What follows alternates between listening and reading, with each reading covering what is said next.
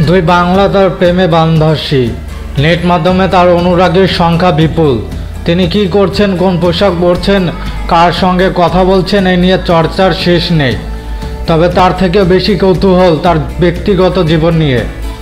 জয়া আহসানের এ থাকতে চান এমন বিখ্যাত ব্যক্তি হিন্দের সংখ্যাও নেহাত কম নয়। জয়ার প্রথম স্বামী ফয়সাল মাসুদ। ফয়সালকে ভালোবেসে বিয়ে করেছিলেন জয়া। বাংলাদেশের জমিদার পরিবারের ছেলে ফয়সাল ছিলেন বিত্তবান। তাদের ১৩ বছরের দাম্পত্য কেন টিকল না তা আজও রহস্য।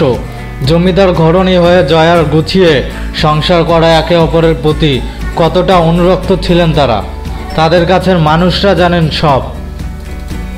বিয়ের পরেও একসঙ্গে কাজ করেছিলেন জয়া ফয়সাল। জনপ্রিয় তারকা জুটিও হয়েছিলেন। এরপরেই ছন্দপতন।